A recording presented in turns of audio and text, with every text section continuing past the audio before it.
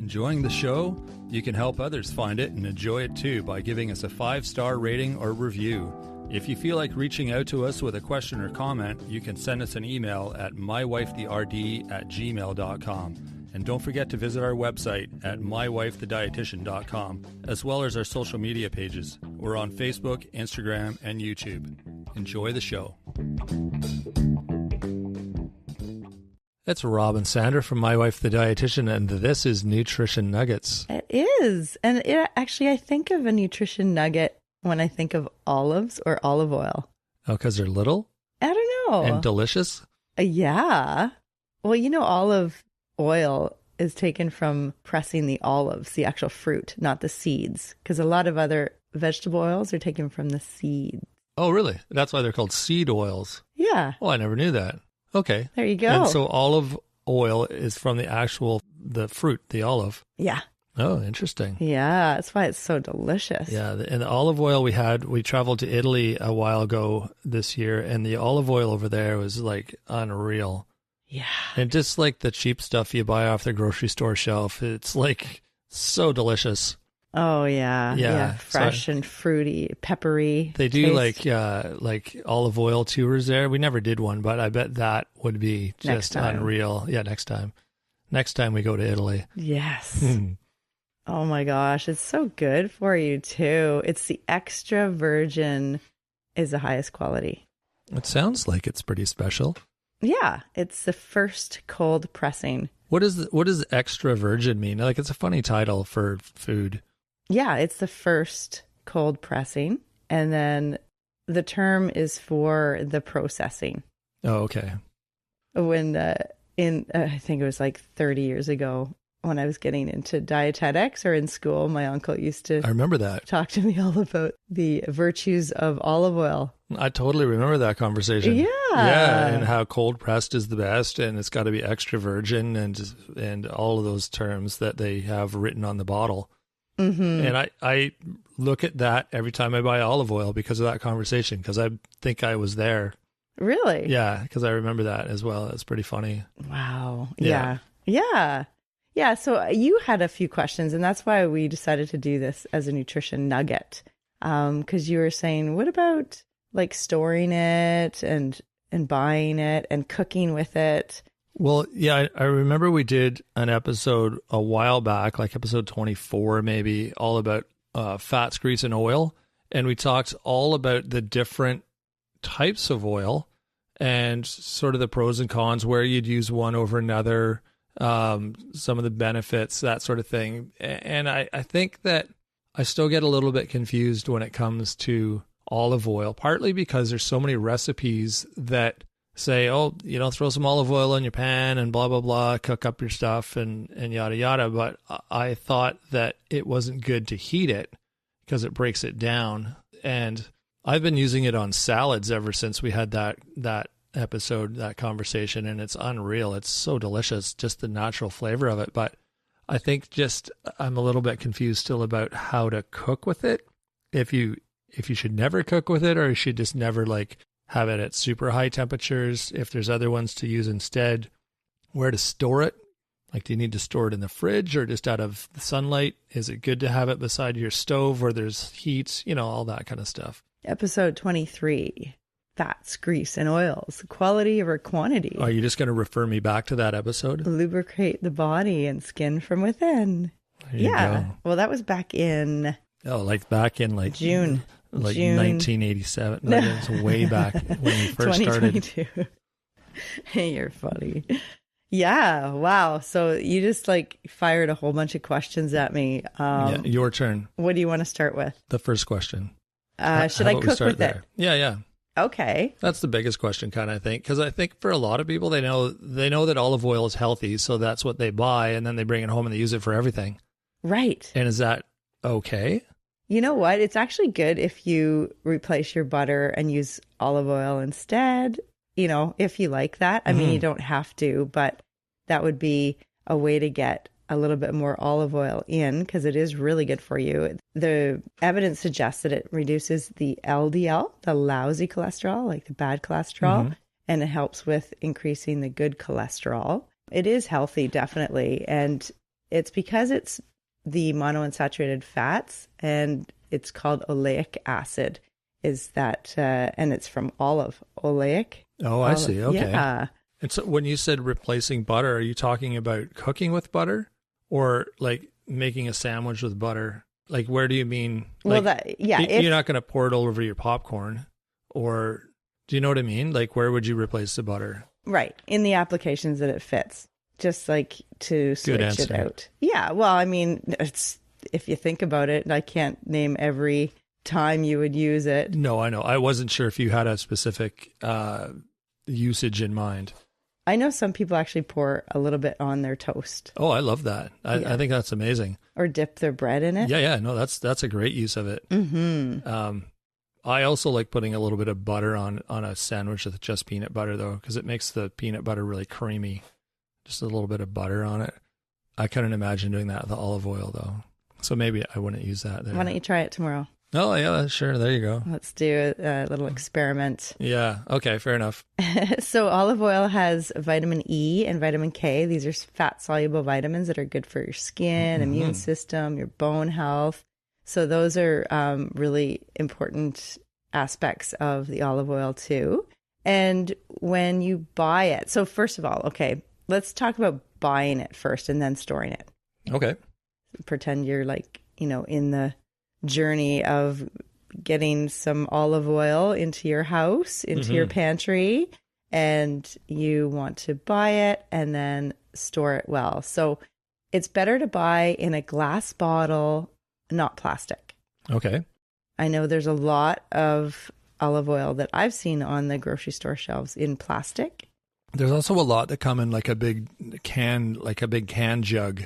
Yeah, and the stainless steel is a good way too. So glass or stainless steel. Okay. Is that what it is? Stainless steel? That's cool. It looks like just a big, like something you'd see in an automotive store. Like it's a big, it's a metal can. Well, look at the label. Like make sure, if you buy it if it says made in Italy or Spain, it's probably a better quality. Mm-hmm. Yeah. Yeah, they're pretty pricey to start with. So, I mean, usually the price will dictate sort of its origins and its quality often. And it might be labeled organic or bio, and PDO, which means protected designation of origin. So it's a standard for the area for their olive trees. Oh, I see. Okay. Yeah. And is it good to be able to see it? Because sometimes when you look at the ones in the glass or the plastic bottles, you can see that it looks a little funky. So do you know what I mean? Like it's gone off or something, or there's like a funny layer of something. It could be cloudy or like solidified a little bit. And that's not good, right? Well, it depends. I mean, if it was in a refrigerated, like if you put your olive oil in the refrigerator, you might see that it gets cloudy. Oh, okay. Or gets the little specks in it. I'm just talking about on the store and the shelf. Mm-hmm. Yeah, so I thought I read somewhere, you told me that like the really clear ones are the better ones. So it's good to be able to see, like you wouldn't be able to see it if it's in a can. No. So true. Anyway. It should be a dark bottle, and when you store it, make sure it's sealed tightly because the air can break it down. Right. And it should be stored in cool temperatures, so like 60 degrees to 72 degrees. So not near a stove or oven or air fryer or dehydrator. Maybe in dark, like in the cupboard. Like a lower cupboard maybe, because heat rises. A lot of people don't realize that their upper cupboards, and this is sort of related, but sort of not related. People keep appliances on their counters like toasters and heat creating appliances. And that heat rises into, your upper cupboards. It will, this is the woodworker in me talking, it will loosen up the glue that's holding your cupboards together and your cupboards will start to fall apart. It will also add heat and moisture into whatever's in those cupboards. And in some cases, if your toaster's like right underneath your upper cabinet, it can be a fire hazard. There's a lot of heat that comes out of a toaster, and if it's right jammed in the corner there every day, it's creating heat and slowly just, I don't know. I always pull the toaster out away just so that it's not, smoking a hole in the bottom of the cabinet. Oh yeah, and the air fryer, same thing. Exactly. And the Instant Pot, when the steam comes out. Your kettle, you know, Yeah. it's a kettle especially because it's creating steam. I mean, that will easily like rip all the little sticker things off the front of your cabinets. Look at the value we give to people with all these little tips. Like, why is my new kitchen falling apart? I just bought it. All the little things are falling off the front of it. It's like, well, you know, when you're opening an envelope and you steam it. Mm-hmm. Yeah. So there you go. Tip of the day. Something I tried when I was like 12, but I just thought of that because you loosen the glue, right? Oh, exactly. So the same with the... quality cabinets aren't made like that, but a lot of kitchen cabinets just have that sticky thing that they glue on the front to make it look pretty and it looks like real wood or whatever. But yeah, if any heat or any kind of moisture, steam or anything like that, all the things you do in your kitchen, yeah, it'll start coming off. Good point. Yeah. And I think we actually have our olive oil, I think, just on the kitchen counter. We do it all wrong. It's beside the stove, beside the air fryer. I keep putting it away, but people use it and I then know. it doesn't get put away. But it's good because heat degrades the oil. It breaks it down. Mm-hmm. It accelerates the breakdown. And so does light. It's kind of like, remember we talked all about flax seeds? Yes. And same kind of thing. Like, Yeah, we keep them right beside the air fryer too. Right. Yeah, we got to listen to our podcast here. Well, that's why I wondered, because I'm like, this doesn't seem right that it's stored. I mean, it's convenient right beside the stove because that's where you use it like 3 times a day, but it's not good for it. Mm-hmm. They need to have like a little container, like a little oil caddy that sits right beside the stove that's insulated and keeps your stuff out of view. Maybe a woodworker could build that. Yes. Mm-hmm. Yeah, they'll be for sale on our site soon. Right. Yeah, not really. And when you look at the expiry date, and you should use the oil within 1 to 2 years of production. Oh, I don't think that's a problem here. Yeah. It goes, we go through that stuff pretty quick. Yeah.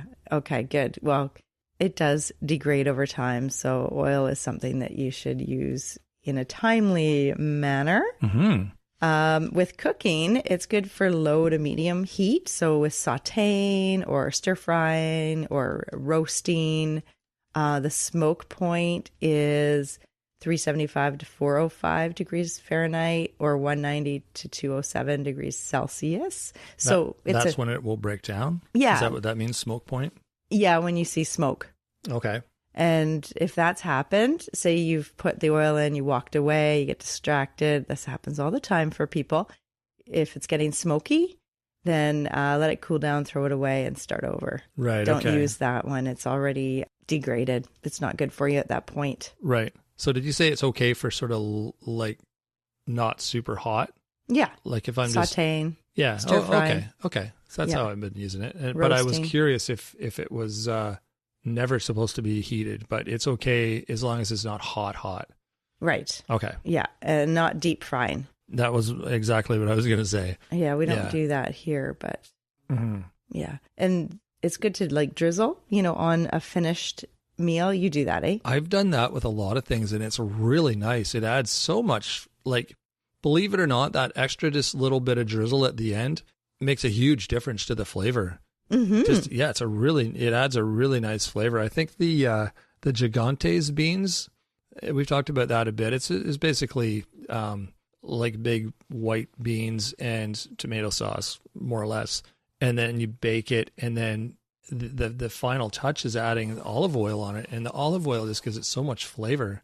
It brings out a lot of the flavors, and it just makes it creamy. And yeah, it's amazing. So good. I love that dish. I would love to have it again soon. Oh, is that a hint? Yeah, and I just got some new olive oil. Oh, well then. Extra virgin. Oh, the extra virgin. I'll hold an olive branch out to you after our next argument. Not that we have many arguments. Oh, one of those, yeah. I'm just kidding. Okay, well, that's about it. Did I answer all the questions that you had? I think so. So we want to store it away from the heat. So maybe your lower cupboard that's beside the stove, then it's still convenient. Dark place. Yeah. And dark bottle. Not plastic. Yeah, make sure it's a dark bottle. And glass or stainless steel. Yeah. Sealed tightly. There you go. And it's okay to cook with, but just not too hot. You got it. Perfect. All right. Well, I think you answered my questions. I was the today's listener question was from me. Yes, thank you for that, because I think a lot of people have similar questions to you. Yeah, I'm sure I'm not the only one. Most houses could benefit from having extra virgin olive oil in their pantry for cooking and using. Yeah, because I think very good for you. I think a lot of people just use vegetable oil for everything, right? I think because it's probably cheap and they just cook with it and use it for everything. But yeah, it is a lot healthier to step up to a better quality oil, and it is tasty too. That's the difference. That's why I was surprised when I started using it on my salad, because I thought it just was going to taste like vegetable oil, but it's actually a really nice flavor. So yeah, if you haven't tried it, give it a try. Just buy it in a little bottle and see if you like it, and yeah, let us know what you think. Thanks, Rob. All right. So that is it for this week. We'll be back next Monday with a full episode. If you want more information on what we do, or if you want to find information on a whole bunch of other things, we've got an amazing blog on our website. You can visit at mywifethedietitian.com. If you have questions, feel free to drop us an email. That's mywifetherd@gmail.com. You can also find us on Facebook, Instagram, and YouTube. You're also welcome to comment there. Drop us a message through those platforms as well. We appreciate any feedback that you guys are willing to share. And talking about sharing, share with a friend. If you find an episode you love, share with a friend. Just shoot it over to them. Let them listen. That's always appreciated. You can rate and review the show as well. That is something else we love when people do. It just helps other people get an idea of what the show's all about through your feedback, through your review, that sort of thing. And we love hearing your feedback too. So it's all good. All right. So that is it. We will be back next Monday. In the meantime, have a great week, everybody. Thanks for joining us today on My Wife the Dietitian. If you like what you heard, don't be shy. Leave us a comment or review, and be sure to share our podcast with your friends. If you'd like to hear more, hit that subscribe button. You can also follow us on our social media pages for updates, episode trailers, and other odds and ends. For more info and links on what we discussed on today's episode, check the show notes. We'll be back next week with another informative and fun-filled episode.